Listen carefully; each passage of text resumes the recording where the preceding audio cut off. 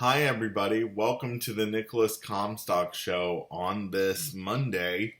I'm so glad you decided to join me. I'm your host, Nicolas Comstock.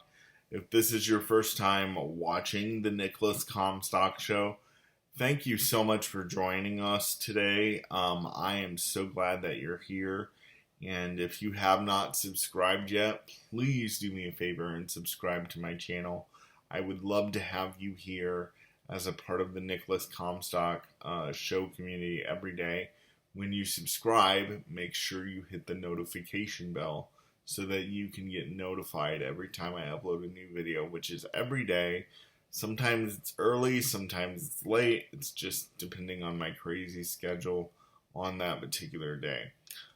Also, I don't know if I said it already, make sure you hit the notification bell. Oh yeah, I did. Also, before I get into today's video, I mentioned the Super Bowl in yesterday's video, and I want to say congratulations to Tom Brady and the Buccaneers.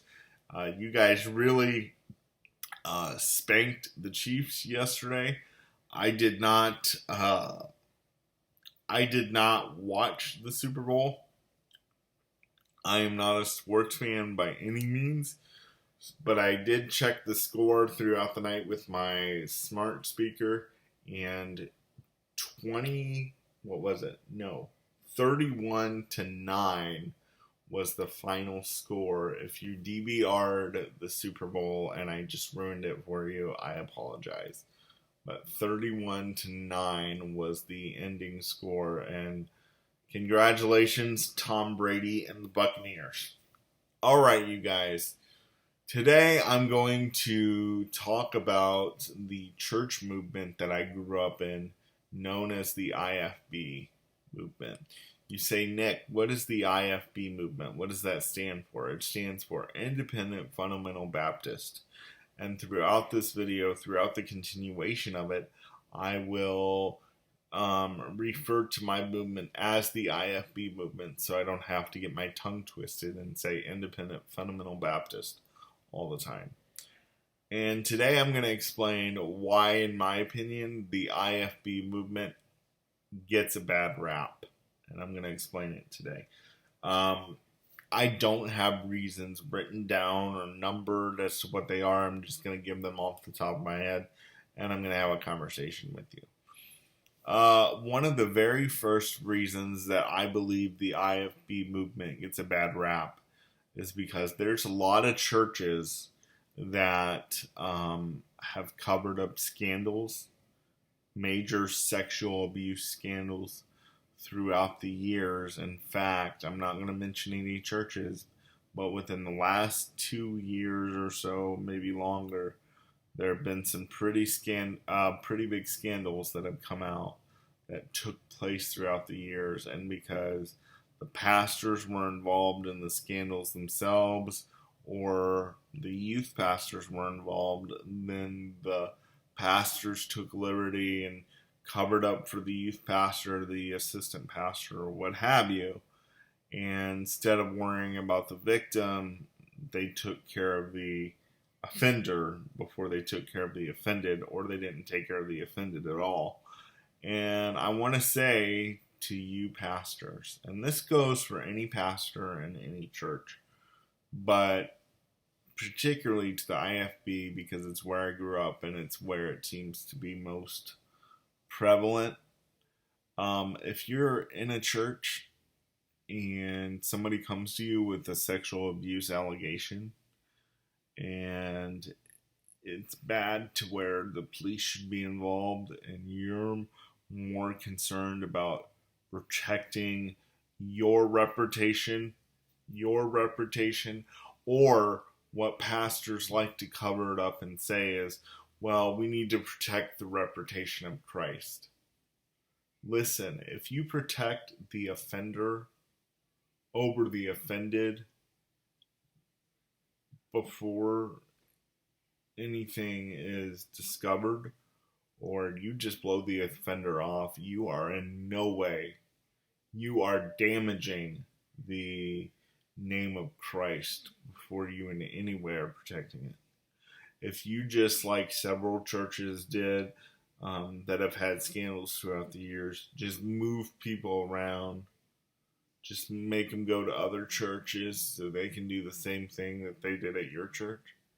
You should not be a pastor because you are not protecting your sheep.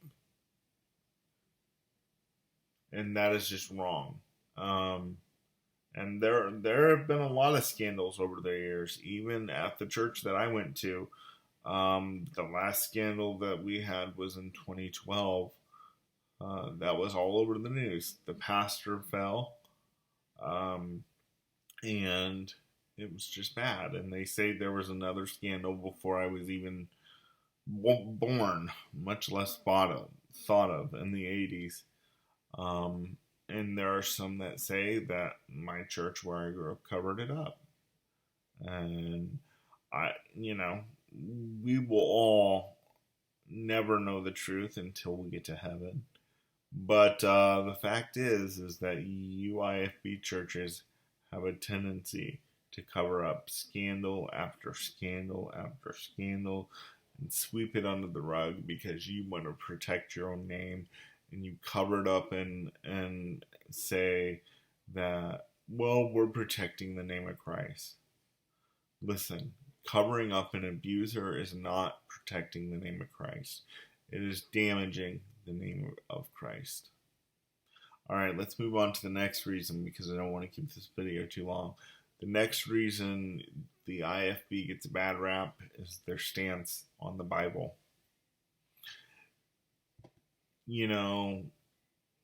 I like the King James Bible because it is poetic.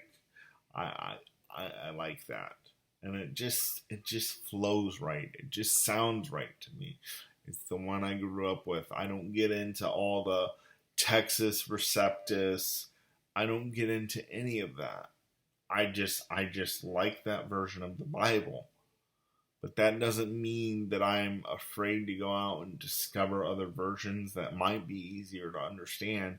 And God forbid someone in your church or someone that claims to be a born-again Christian uses another version of the Bible outside of the King James, because according to you IFB churches, anything outside of the King James Bible is considered counterfeit.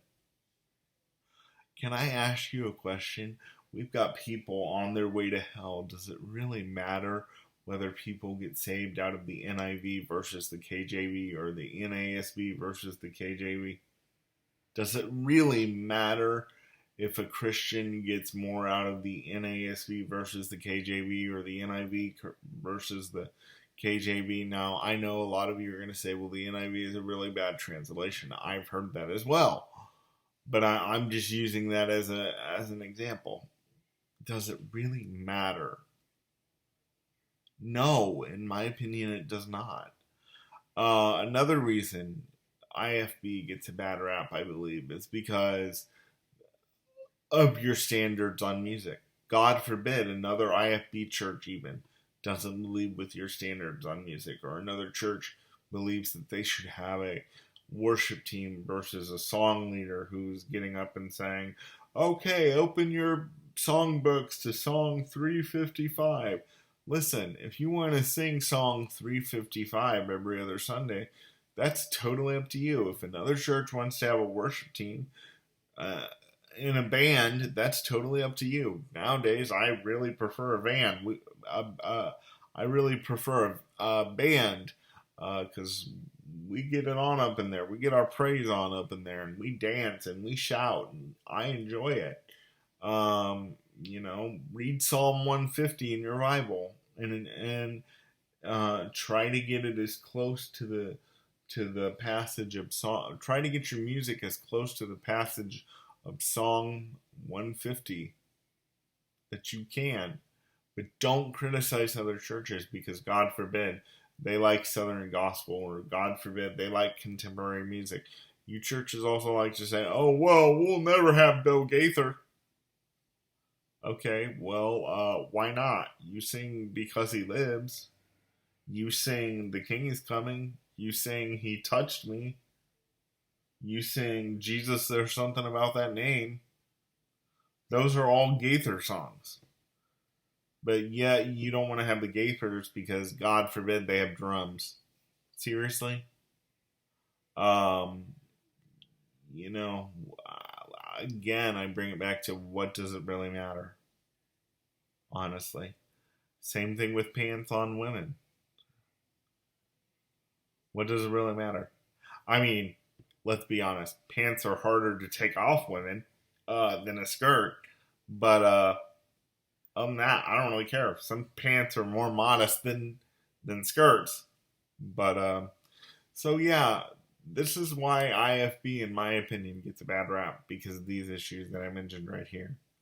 And so I would request that if any of you comment about your experience, you can say what you want, but I wouldn't go calling people out. That's not what I'm about.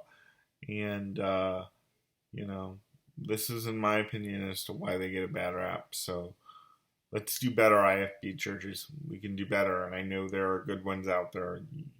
You guys are not all bad. So I love you guys. I'll talk to you later. Bye bye.